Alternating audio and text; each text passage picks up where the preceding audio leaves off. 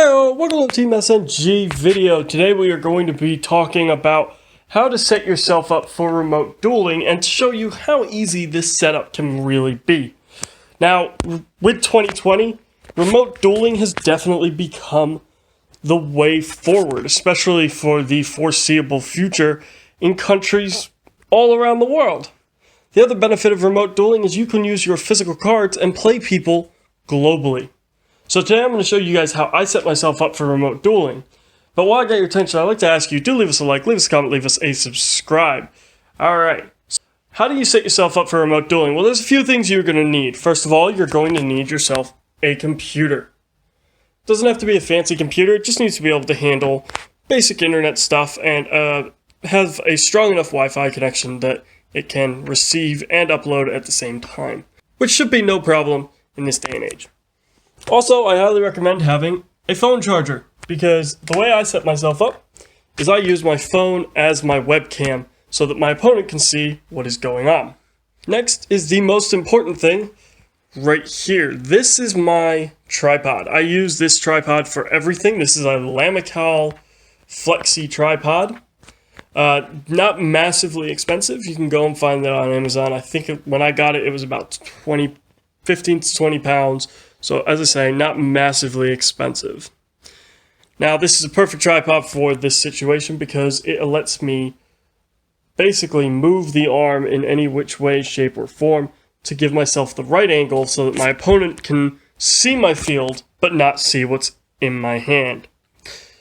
So, I'm going to show you what it would look like to see from where the tripod is set up. I set it up opposite me so that my arms are free and I have all of this space here free. I don't have to reach around anything. I don't have to worry about knocking anything. The camera's set up far enough away from me that I'm not going to bump it. Typically when I do my test hands, I have the tripod sit right here because I want it to look like you are looking over my shoulder.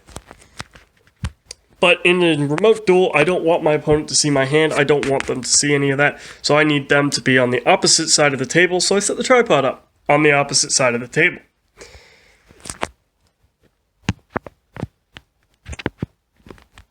As you can see, this isn't quite right, but the nice thing about this Flexi Tripod is I can just, there we go, move it around just a little bit, and that sets myself up. So, at this point, I would then plug in my phone, and I would use my software on the phone and on the computer to start streaming what this phone is seeing. I would also plug in my phone to make sure that what I'm streaming is continuing to go out to my opponent throughout the day, especially if you're going to join a large tournament where you're going to be doing this for the whole day. It's a good idea to make sure that your phone is going to be fully charged. Now, the one downside to using your phone like this is you can't use it as a calculator to keep track of your life points. So guess what? Always make sure you have yourself a pad of paper and a pen. There's no harm in keeping track of your life points on pen and paper. You do also have your computer. You could use your computer to keep track of your life points, but typically I like a pad and paper and pen. That's just the best way. You should always be keeping track of your life points. So now we've got ourselves set up. I'm going to talk you through the software. The basic idea of the software is what it does is it streams what it is seeing from your phone straight onto your computer. Now the software I use is IV-Cam. It cost me 10 pounds exactly. You just buy it on the phone and you download the client on your computer. It's really simple. And then, now we're going to talk about some etiquette. There's a problem with this mat here and a problem with this mat here. Both of these mats do not have zones. Now that's not the end of the world, and if you want to use a mat without zones, it's perfectly fine. But if you're going to play with a mat without zones, you need to make sure that the zone columns are clear. You could give yourself a field center, but that would then leave zones 1 through 4 and 5 a little ambiguous. The field zone and the graveyard would be marked out by your deck, so this leaving these zones ambiguous is definitely not the best way to go.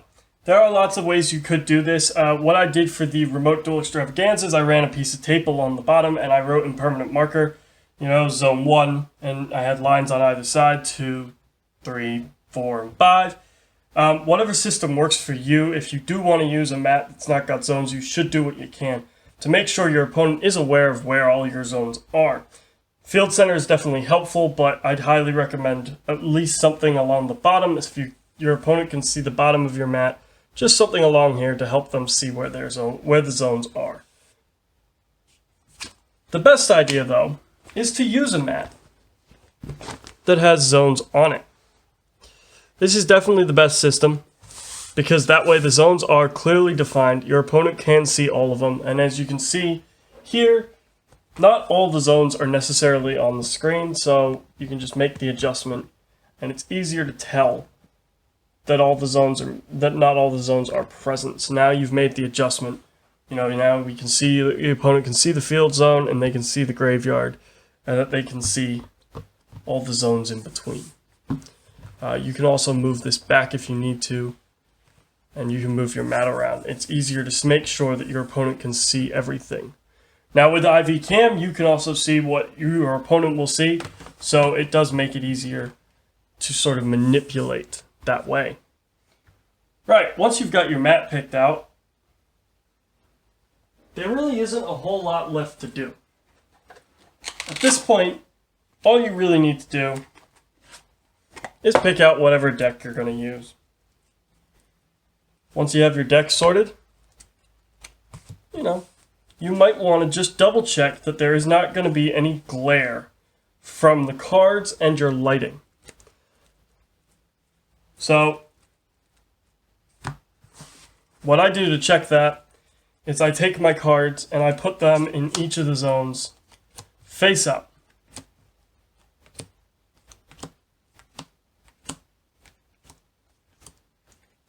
I understand that the deck zone will not actually have a card face up, but it's best to make sure that your lighting works for you all around.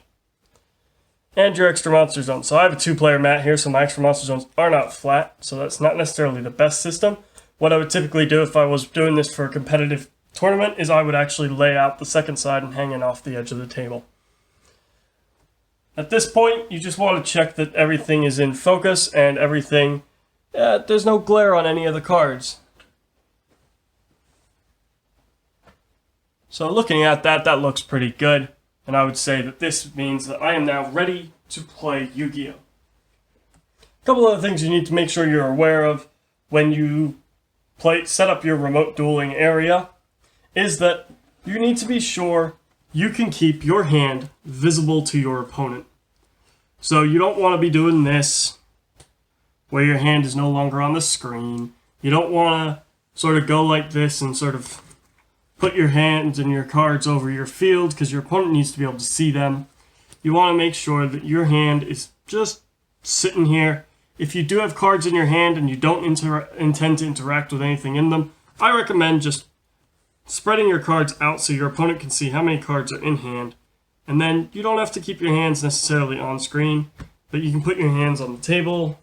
You can put them like this, as long as your opponent sees that you can't take cards out and put cards in of your active hand. That should be fine, and that's what I tend to do.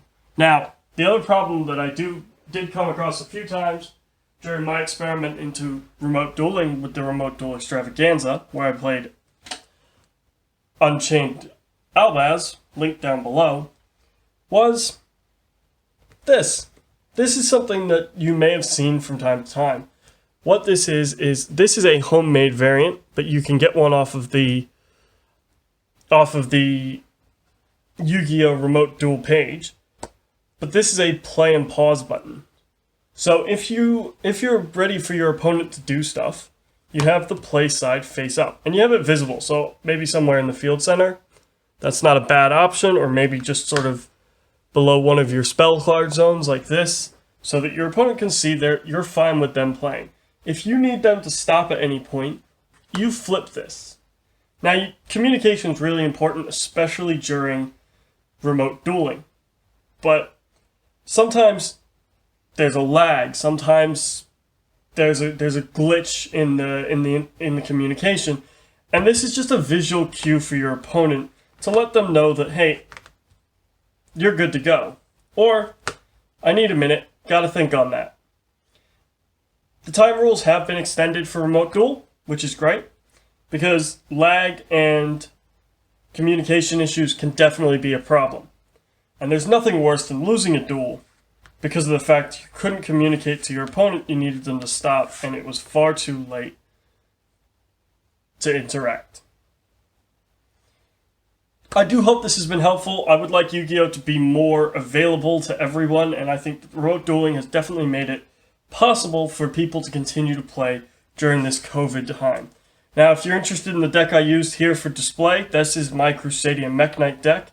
It is getting an update from what you've seen today, and the update will be going live next week, so make sure you're subscribed to the channel to see that.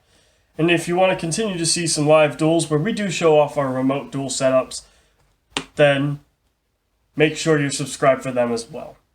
And all I can say at this point is thank you for watching. Do leave us a like, leave us a comment, leave us a subscribe, and I will see you guys at the next video.